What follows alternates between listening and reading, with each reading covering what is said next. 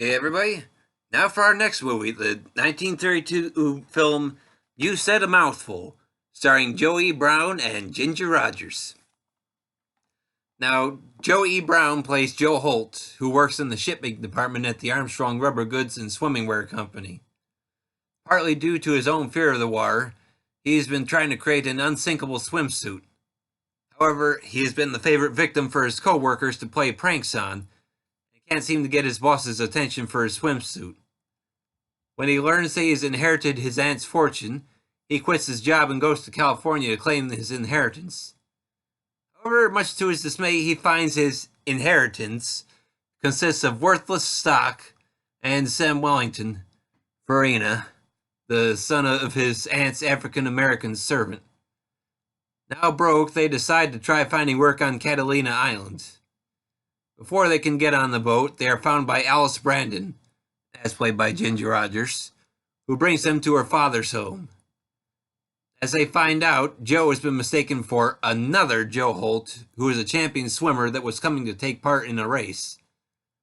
Joe tries to tell her the truth, but as she starts to like him and breaks up with her old boyfriend, Ed Dover, Preston S. Foster, he finds himself trying to learn how to swim from Sam.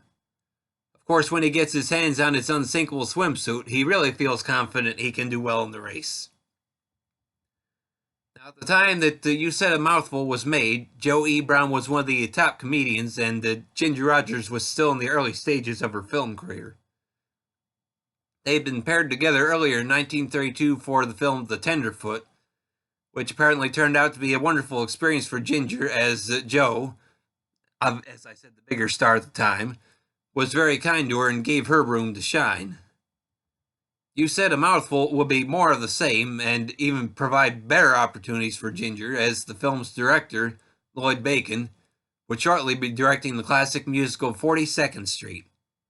And he recommended Ginger for the part of Anytime Annie, which helped her career take off. My own opinion is that this movie is a nice, simple comedy. Some things haven't aged well. Joe's little gesture of sticking his fist under his chin as he goes into his inner monologue is maybe overdone a few too many times to slow things down. It's kind of like this. But in spite of that, I still enjoyed the movie. It's worth it to see Joe being taken water skiing, or aquaplaning as they called it in the movie, against his will, even if it is pretty obvious with the background being a rear projection screen for part of the time. But the race is definitely fun. Maybe a little unrealistic as to how long he can stay underwater at times, but it's part of the fun. Like I said, it's early Ginger Rogers before she had her screen persona fully developed, but between the two, there's still some fun to be had here.